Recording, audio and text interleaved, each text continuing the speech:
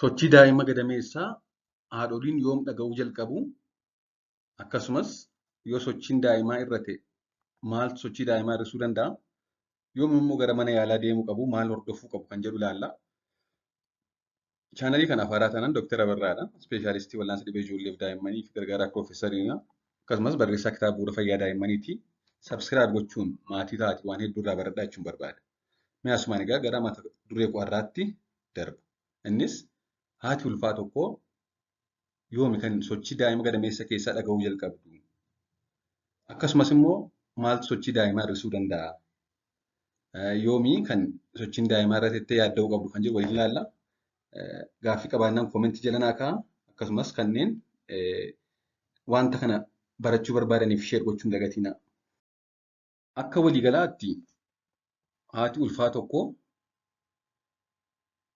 yeroo ulfi ishee torban 16 hanga 25 gidduutti jirutti yookaan yeroo ulfi torban 16 hanga torban 25 jechuunis ji'a 4 hanga ji'a 6 gidduu jirutti sochii daa'ima gadameessa keessa jiru dhaga'uu qabdi yookaan dhaga'uu jalqabdi jechuudha.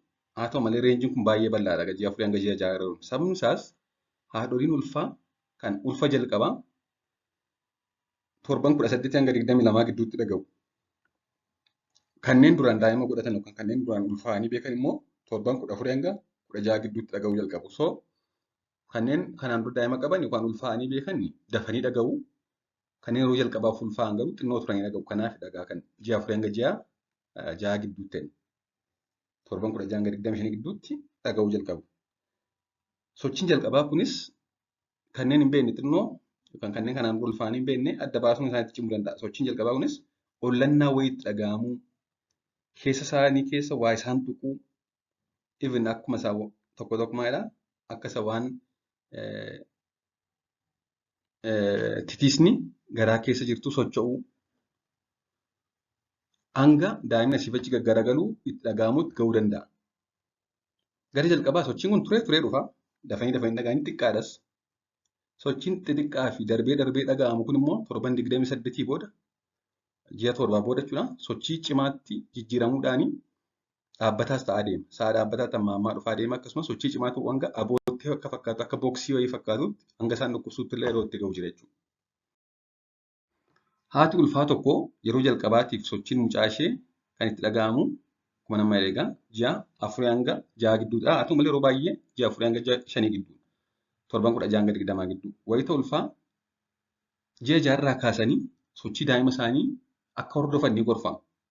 Ulfi ji'a 6 taanaan haala sochii daa'ima isaanii hordofuu qabu jechaadha. Yoo sochiin isaa lakkoofsaanis ta'e yookaan hanga duraanii irra yoo irra ta'e atattamaan gara mana yaalaa deemuu yookaan ogeessa fayyaa mariisuu barbaachisuu danda'a. Takka takka sochiin daa'imaa hir'achuu danda'a. Maaltu hir'isuu danda'a yoo jenne tokko bakka argama of galtiidha. Bakka itti pilaasentaan argamu.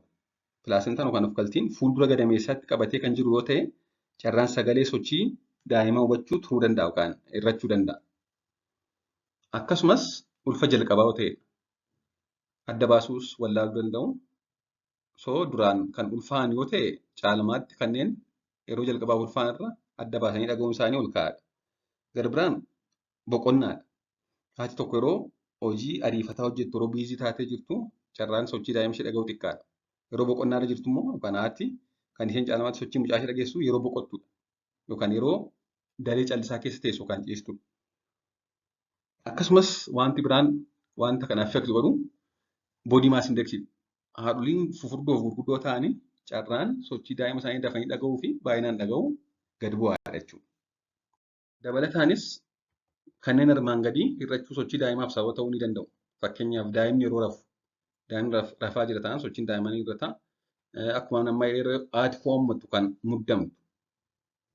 Akkasumas yeroo bishaan gubbee yookaan amnootik filuudiin irratti bishaan gubbee yookaan amnootik filuudii irratti irra taanaan haalli sochiin mucaaf mijachuu dhiisuu danda'a waan ta'eef hir'achuu danda'a.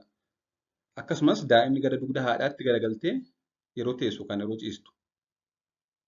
Daa'imni gara dugda haadhaatti garagaltee yeroo taa'u. Akkasumas akkuma nama jedhee wayitii of galtiin fuuldura gadameessa garaa keessatti argamu. Akkasumas wayita haati ulfaa dhaabbattu yookaan teessu jijjiirama qaba. Yeroo ati beeloftus akkasuma. Yeroo ati beeloftus sochiin mucaa ni hir'ata.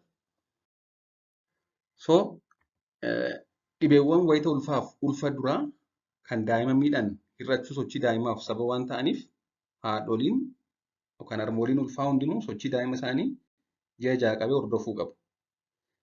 Tarii egaa wayita sochiin mucaa waan irratti itti fakkaate maal gochuu qabu? Tokko boqonnaa fudhachuudhaan gara cinaacha bitaa isaaniitti garagalanii ciisuudhaan qalbiidhaan sa'a lamaaf sochii daa'ima lakkaa'u.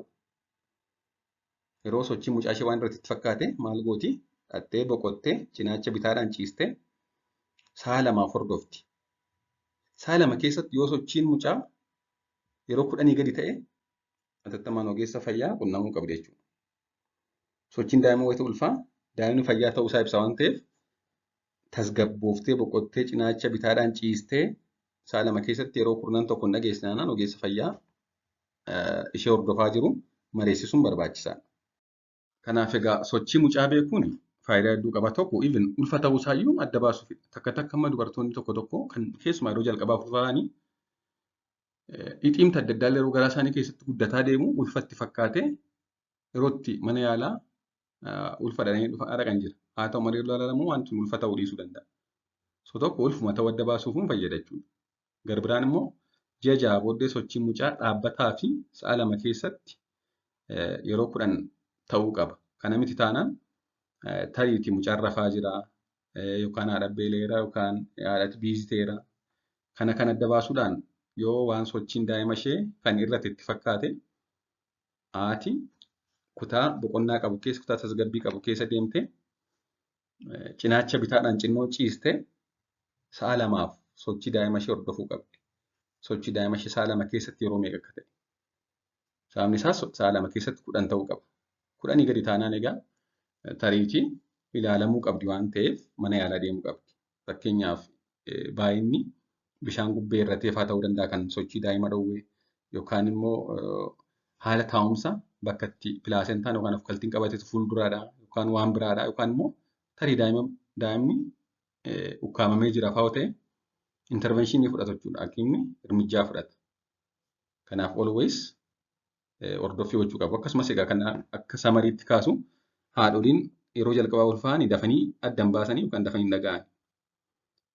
Haadholiin yeroo jalqabaa ulfaa'an yeroo hedduu naannoo ji'a 5 kan isaan dhaga'uu jalqaban 7 booda. Kanneen duraan immoo daa'ima qaban kanneen duraan ulfaa'anii beekan kan isaan yeroo jalqabaaf dhaga'an naannoo 7-14-16 gidduu. Naannoo ji'a 4 jechuudha. So kanneen duraan ulfaa'anii yookaan da'anii beekan dafanii adda baasu jechuudha kanneen kanarra. Waan dhaggeeffataniif galatooma turtii gaarii.